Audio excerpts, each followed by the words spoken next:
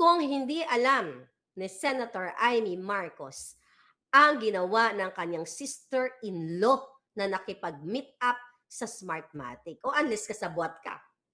Nakakabaha itong sa mga Marcos ang pahayag ni Attorney Glenn Chong, na nagkaroon ng mekes-mekes noong nakaraang senatorial election. OMG, ito ba ay may katotohanan? Ayon kay Attorney Glenn Chong, merong nangyaring pag-uusap ang Smartmatic at si Liza Marcos, para masiguro ang pagkapanalo ni Bongbong Marcos.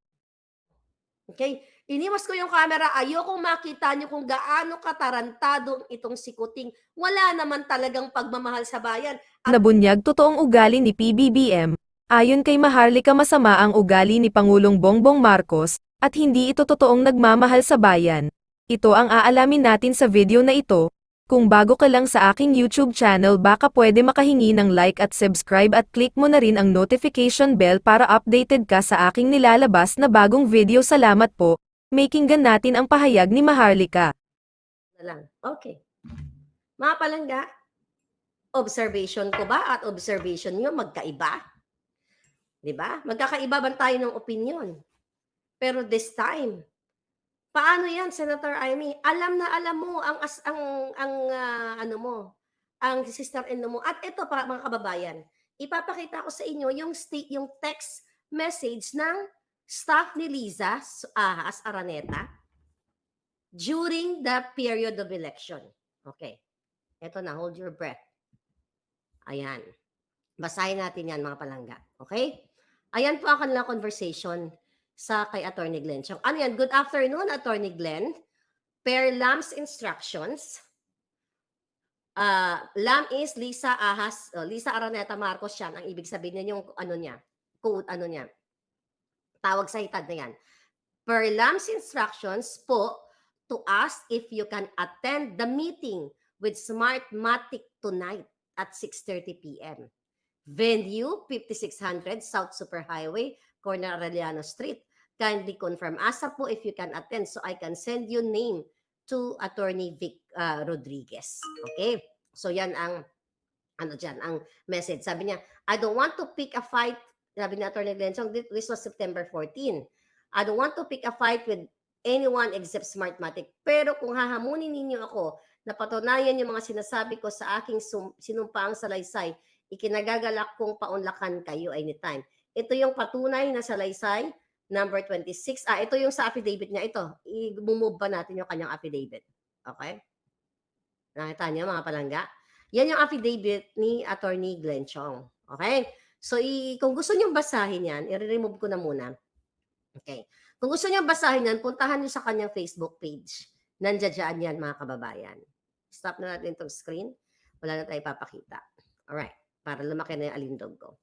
So, ngayon, pwede rin natin siguro, baka sabi ko nga, ang huling alas ay na kay Attorney Vic kasi yung kanyang name dyan na mention, okay, maaring naghintay lang siyang sa tamang panahon nakapagsalita rin na mag-join force sa atin.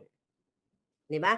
So ngayon, balik tayo dito dito sa issue ng hearing dyan ngayon sa Senado, and I think it's ongoing pa rin. I don't know kung tapos na yung session. So, sabi ni Alicia Gervan, very obvious na pinagtatakpan ang mga asawang budol. Senator Amy, September pa to. September, October, November na isinumite ni Attorney Glenn Chong ang kanyang affidavit diyan sa COMELEC. Kung kayo ay ginagawa ninyo yung trabaho ninyo, itong mga importanteng mga nagpa-file, okay, ng mga ebidensya, ng mga reklamo para ma-disqualify ang Smartmatic na maging supplier, okay, ng mandarayang machine, which is yan din ang statement ninyo noong panahon nung si Lenny pa ang Vice President. Dahil gusto nyo umupo si Kuting, kasama din ako doon, na binudol ninyo, gusto nyo umupo si Kuting na pinaniwala ninyo yung tao, okay, pinaniwala, although may dayaan talaga noong 2016, na si Kuting ang nanalo. Pero, ano nangyari? Kinakausap pa nga ako dyan ni Lisa Smugs na i-push kay Pangulong Duterte, kay Senator Bongo, na totally matanggal na yung Smartmatic. Kasi ang sabi pa nga ni Lisa dyan, si Pangulong Duterte daw ang ang gagamit ng Smartmatic para ipanalo ang kanyang si Senator Bongo. Okay? Kung sino man yung kanyang gustong suportahan sa presidency during that time. Di ba? Naalala niyo yung mga nakakapalo sa akin. So ngayon, mga kababayan, ngayon, Senator Amy, kasama tayo. September pa, ibinigay yan. Kung talagang ginagawa mo yung trabaho mo sa chairperson, if you really love the country, love the people, gusto nyong umunlad ang Pilipinas, bawat reklamo ng tao, and the fact na kaibigan mo, si Atty. Glenn Chong, magkakaibigan tayo, we are your supporters para sa pagbangon. At hindi ako naniniwala, ipapaputol ko ang buhok ko. Okay? Nang bonggang-bongga, kasi uso short hair ngayon, okay? Shout out sa friend ko kay Lady Boss M, bagong gupit. But anyway, going back. Mga palangga, ipapaputol ko yung buhok ko kung hindi alam ni Senator Amy Marcos ang ginawa ng kanyang sister-in-law na nakipag-meet up sa Smartmatic. O unless kasabwat ka. Kaya hindi mo kayang paimbestigahan. I'm just asking. Kasabwat ka ba? Kaya hindi mo mabuksan-buksan ito. Kung para ka sa Pilipino, then now, ipatawag mo since nabuksan yun na Senator Coco Pimentel. Okay? Bibigay ko yung respeto ko ngayon sa'yo. Dahil gusto kitang pasalamatan. Dahil inano mo yan, inungkat mo yung issue na yan. But, pwede ba kunin mo ang affidavit sa COMELEC? Andyan naman. Sinumiti ni Atty. Glenn Chong. Kunin mo para naman masabi mo sa plenaryo na ang inaakusahan hindi yung certain camp met with the owner of Smartmatic. With that, pwede mo nang masabi Liza Araneta Marcos, not only certain camp. Hindi yung paligoy-ligoy pa. Para hindi na rin magpaligoy-ligoy ng sagot si Senator Amy. At hindi na rin magpaligoy-ligoy itong si Zubiri na sinasabi niya, kung winning candidate yan, o winning camp yan, pwedeng imbestigahan, kung losing, hindi. See? Pulpul talaga itong mga jutang ginemis na ito, na. Paano ka na Zubiri? Kung gaano ka pulpul. Nilalansin niyo, Pilipino. Imagine mo mga palangga, 20 billion na naman ang ibibigay sa Smartmatic kapag hindi sila na-disqualify bago mag-December. Kaya mag-speak up day kayo. Tulungan niyo ako. Medyo malat pa rin boses ko ngayon, but I'm feeling better. Diba? Yung boses ko palawakin ninyo mga palangga. Itinataya ko na yung buhay ko sa inyo. I'm serious. Tinataya ko na yung alindog ko sa inyo dito.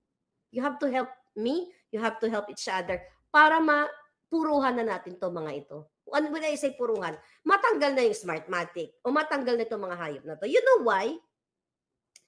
I'll tell you something. Okay, October. Itong October na ito. Kailan nyo itong malaman? Merong mga kampo, sikuting, dito sa California, na gustong makipag-meet up sa akin. Okay? Ititreat daw ako, tsuba ek-ek. Ititreat ako dinner, lunch, or whatever. By the way, I can afford dinner, lunch, merienda. Okay? Mga ilang taong ginagamit nila para magpa-clickbait. Okay? Para lansihin ako, 'di ba? Linlangin, 'di ba? Para silang mga mga serpent na o-offeran ka ng apple para akong si Eva. O-offeran ka ng apple na sasabihin, "Oh, masarap 'yan, ganito, ganyan." Yung pala, yun ay patibong. So Oktubre pa lang, ramdam ko na. Alright? Sabi ni Atty. Glenn Chong, Atty. Glenn Chong, nag-hearing sila, ongoing pa rin hanggang ngayon. Hindi ba banggit-banggit ni Coco Pimentel yung pangalan ni Liza Araneta Smugs? Ayan. Ay, sorry, hindi yan. Si Josa Dalida, ano ba dapat natin gawin? Ayan, hi Josa, ayan, asa na yung, ang daming message, wala yung message ni Atty. Glenn. Alright. Nawala na si Atty. Glenn Chong. Anyway, mga palangga. Okay? Comment ka na, Atty. Glenn. Sorry, hindi ko nakita. Wala, ang dami kasi nagme-message. Ngayon, mga kababayan. So ngayon, 20 billion dumobol nga, sabi ni Atty. Glenn Chong, from 10 billion in 2016, 20 billion na. So hindi po pwede yung ganito. Na nilalansi-lansi tayo. At babalik ako doon sa issue na gusto akong, i-treat or something, October pa lang. Nararamdaman ko na yung mga itim na na gumagapang. Na gusto akong, sabi ko nga sa inyo, Kausapin, oferan, o tigehin? Do you think magta-trust ako sa mga taong ito? Na minsan sa buhay ko, itinaya ko na ng buhay ko, binangga ko ang mga kalaban nila na ni piso, ni isang gwardya sa buhay ko ni hindi ako nanghingi sa kanila. Even nung umuwi ako ng Pilipinas, hindi ako nanghingi sa kanila. Tapos ngayon, kinakausap ako palangga kasi yung pala, may plano sila. Okay? May plano sila. Ano yung plano na? Kausapin na umanib uli ako sa kanila na magtumahimik ako. Oferan kung magkano. Pag hindi pumayag, ligwakin. Yan po ang ano sa akin. Ang hindi nakarating. Talagang inimbitahan ako and true enough. Pumunta dito sila sa LA. Ang dami nag-message sa akin. Naramdam nila ang kaplastikan, especially nung dalawa. Okay? Meron pa nga doon na nagkikis-kiss down, kamay-kamay kay BBM, hinawi siyang ganyan. Okay, this time, ito panibagong revelation. Ganon talaga si Kuting. Hindi siya totoong malapit sa tao. For the first time, nung May 9 election, nung nandiyan ako, umuwi ako, dahil pinupush ko yung aking kaibigan, si Avel Bacudio sa kanyang design. Sa totoo lang, I swear to God, gusto kong i-push yung kaibigan ko, gusto kong magpa-picture sila kay Kuting. Sabi ko, Mr. President, Mr. President, okay, this is Avel Bacudio, this is Avel Bacudio. Ganon ako pag nagmahal ng tao. Okay? Huwag mo lang akong bubudulin. Mr. President, hindi siya kilala ni hindi siya kilala ni Kuting. Parang, dinedma siya, ganun. Iniwas ko yung camera. Patawarin niyo ako. Okay? Iniwas ko yung camera. Ayokong makita niyo kung gaano katarantado itong si Kuting. Wala naman talagang pagmamahal sa bayan. At yan ang report sa akin ng taga Los Angeles na mga palangga ko na tama ka, Maharlika.